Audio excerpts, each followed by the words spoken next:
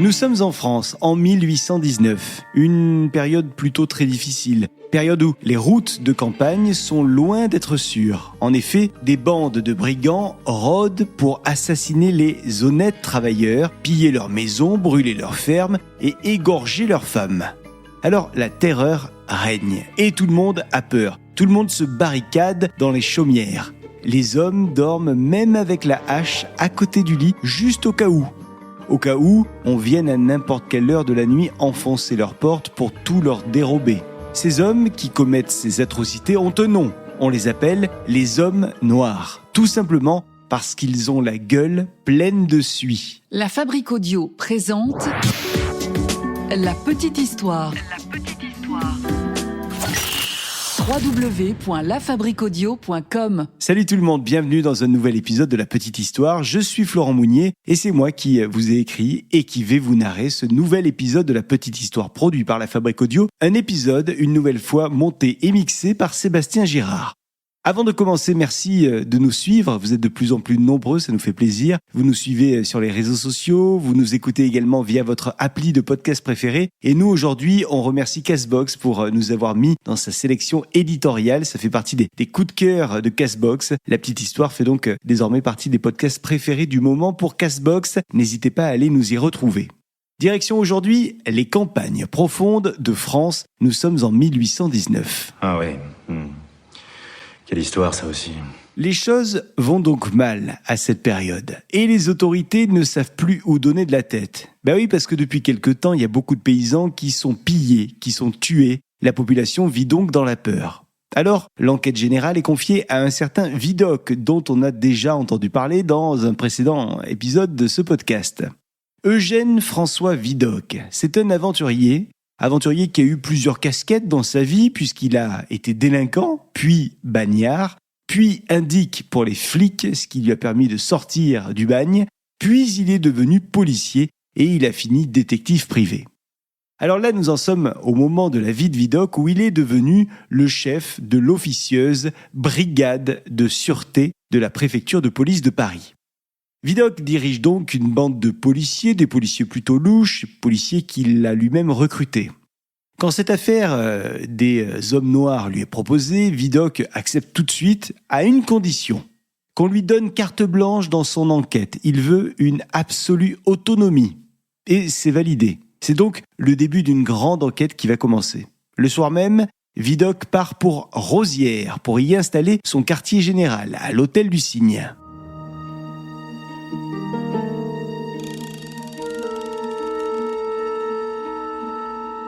Alors pour les premiers jours de cette enquête, Vidocq va décider de prendre une fausse identité. Il va se faire passer pour un marchand ambulant et passer donc de porte en porte histoire de causer avec un maximum de paysans et de leur soutirer peut-être d'éventuelles confidences. Vidocq va passer 2 mois à jouer au colporteur. 2 mois à écumer tout l'arrière-pays. 2 mois pour écouter toutes les rumeurs sortant de la bouche des paysans. Au bout de 2 mois donc, il estime que ça y est. Il détient la vérité. Il sait désormais qui est le chef des hommes noirs, qui pilote. Et c'est un certain Capelier, un aubergiste de Rennecourt. C'est lui, le grand chef. Un chef redouté qui fait régner la peur partout où ses hommes passent. Lui, là, ce Capelier, c'est, pour vous l'écrire, un homme plutôt bourru, brutal. Il est baraqué et c'est un aubergiste. Alors il ne travaille pas seul, non seulement il a ses hommes avec lui pour mener tous les cambriolages, mais il travaille pour le compte également de Madame Guiraud. Madame Guiraud, c'est une vieille dame, elle a 72 ans, et elle est connue comme le loup blanc dans la région. Enfin, vous ne croyez pas si bien dire parce que son surnom dans le pays, c'est la louve de Rennecourt. Bref, une fois que Vidocq a compris que le chef des hommes noirs, c'était donc ce fameux Capelier, avec cette femme, Madame Guiraud, il décide de ne plus les lâcher d'une semelle. Il part donc à la rencontre de Capelier et tente de se lier d'amitié avec l'aubergiste. Mieux encore, Capelier est papa d'une fille qui est en âge de se marier. Alors Vidocq se met à séduire la demoiselle et lui clame même son amour. Puis, la demande en mariage, tout ça vous l'avez compris pour se rapprocher du père. Capelier décide donc de ne pas donner tout de suite quand même la main de sa fille à un inconnu Et il décide de mettre cet inconnu à rude épreuve. On va le tester. Vidocq n'en attendait pas moins, vous l'avez imaginé, et il est ravi de cette proposition de Capelier. Capelier qui demande donc à notre faux colporteur, et vrai flic, de commettre 3 vols pour commencer.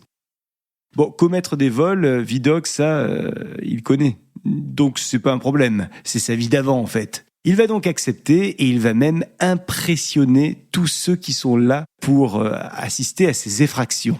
Toute la bande des hommes noirs.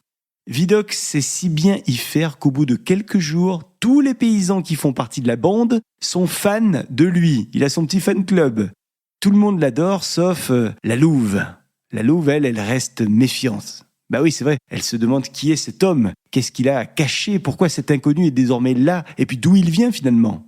De plus, comment se fait-il qu'il sache si bien cambrioler ce colporteur ? Bref, la louve veut se débarrasser de ce gars-là.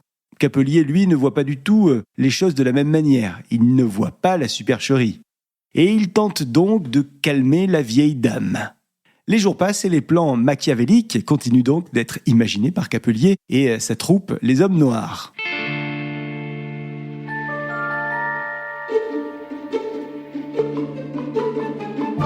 Prochaine victime, le père Dufay.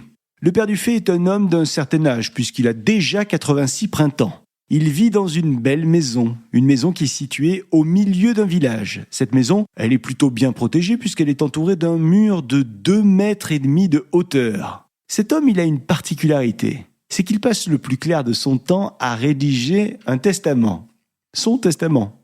En effet, il se raconte dans le village que dès qu'il finit un testament, il en recommence un nouveau. Vidocq est donc envoyé pour espionner le vieux, histoire de connaître ses habitudes et pouvoir imaginer un coup à monter. 2 jours plus tard, Vidocq est de retour et il revient avec toutes les infos nécessaires pour faire le joli coup. Et le plan est donc établi entre les brigands. Vous vous doutez bien que c'est le moment idéal pour Vidocq pour faire arrêter ces voleurs. Nous arrivons à la tombée de la nuit. On tape à la porte du père Dufay. Ce dernier va donc ouvrir. Derrière la porte se trouve le maire du village, ainsi qu'un officier de gendarmerie qui fait un signe rapide à 10 gendarmes qui surgissent de nulle part, qui étaient jusqu'alors cachés et qui rentrent dans la maison. Les gendarmes sont donc partis se cacher dans la maison du père Dufay, certains se mettent dans la cheminée, d'autres dans la cuisine, d'autres sont au grenier ou alors dans la chambre du père Dufay carrément. L'officier de police, lui, demande au père Dufay de fermer la porte rapidement et il lui explique ce qui va se passer. « Monsieur, ce soir, on prévoit de venir piller votre maison et de vous assassiner. Mais soyez rassurés, nos gendarmes seront là pour s'emparer des meurtriers. » Tout ça ne va pas vraiment rassurer le père Dufay qui voit ses gendarmes chez lui alors qu'il n'attendait personne. Le gendarme demande au père Dufay de suivre à la lettre les consignes qu'il va lui donner, le plan établi par les gendarmes. Et le plan est le suivant. Monsieur Dufay va devoir partir se coucher. Il va faire semblant de dormir. Et quand les brigands seront là, eh bien, les policiers les arrêteront. Ils sortiront ainsi de leur cachette. Bon, le père Dufay, il n'est clairement pas emballé par le plan et il propose à plusieurs reprises à l'officier de police que son corps soit remplacé tout simplement par 2 grosses bûches qui sont dans la cheminée qu'on mettrait dans le lit, histoire de faire passer les bûches pour le corps de monsieur Dufay. Mais que nenni, l'officier refuse, il ne veut rien entendre. Et à 11h30 du soir, les brigands finissent par arriver, en effet, devant la maison Dufay. Ce soir-là, ils sont 6, les brigands. Il y a Capelier, qui est le chef. Il y a également la vieille Guiraud, dit la louve. Et puis, il y a aussi le faux colporteur, c'est-à-dire Vidocq, ainsi que 3 autres personnes. La maison est plongée dans une obscurité totale. L'équipe de malfrats rentre dans la maison et Capelier se dirige vers la cheminée. Il prend une bûche. Oui, sauf que les gendarmes sont cachés, juste à côté. Il y en a même un qui a le pied sur la bûche qui a été prise par Capelier. La tension, vous l'imaginez, elle est à son comble. Capelier a pris cette bûche pour enfoncer une porte avant de se diriger vers la chambre à coucher où le père Dufay dort à poing fermé. Dufay, lui, est en effet au fond de son lit, mais il ne dort pas. Il est même loin de dormir tant il a peur. Soudain, un coup de pistolet se fait entendre. Ce coup de pistolet a été tiré par le lieutenant qui saute sur Capelier pour l'arrêter. Tous les gendarmes sortent également de leur cachette et c'est une grosse bagarre qui commence chez le vieux monsieur. La louve, elle a le temps de prendre ses jambes à son cou et elle s'enfuit direction le fond du jardin. Elle arrive même à grimper sur le mur, pourtant 2,5 mètres de hauteur. Mais un gendarme l'a vu détalonner et il lui court après et il parvient au dernier moment à lui mettre un grand coup de sabre. Mais ça ne suffit pas. La louve a eu le temps d'enjamber le mur et elle part en courant. Elle saigne, mais elle arrive à courir. Capelier et un autre brigand sont eux grièvement blessés, mais ils sont bel et bien arrêtés par la police. Alors tout ça a fait un grand vacarme. Un vacarme qui a réveillé quasiment tout le village. Et d'ailleurs, le lendemain matin, le village est envahi par une foule de gens qui veut voir les brigands. On veut être sûr qu'ils ont bel et bien été capturés, arrêtés par la police. Vidocq est là, lui, et il parade dans les rues du village. Faut dire que c'est son triomphe à lui, hein. Alors il se balade fièrement. Et d'ailleurs, pour l'occasion, il est très très bien habillé puisqu'il a sur sa tête un chapeau haut de forme à large bord et aux pieds, il arbore de belles bottes. Capelier va mourir, lui, quelques jours plus tard de ses blessures. Et en ce qui concerne la louve, elle va être arrêtée et condamnée à mort. Vidocq repartira, lui, pour de nouvelles enquêtes. Voilà pour cette petite histoire avec Vidocq et les brigands noirs. Merci à toutes et tous d'avoir suivi cette petite histoire. Je vous rappelle qu'on est dispo sur Castbox, mais aussi sur l'ensemble des plateformes de podcast. Et puis on vous attend sur Spotify, histoire de venir commenter ce nouvel épisode de La Petite Histoire. La Fabrique Audio présente La Petite Histoire. La Petite Histoire. Vous souhaitez devenir sponsor de ce podcast ? Contact @lafabriqueaudio.com.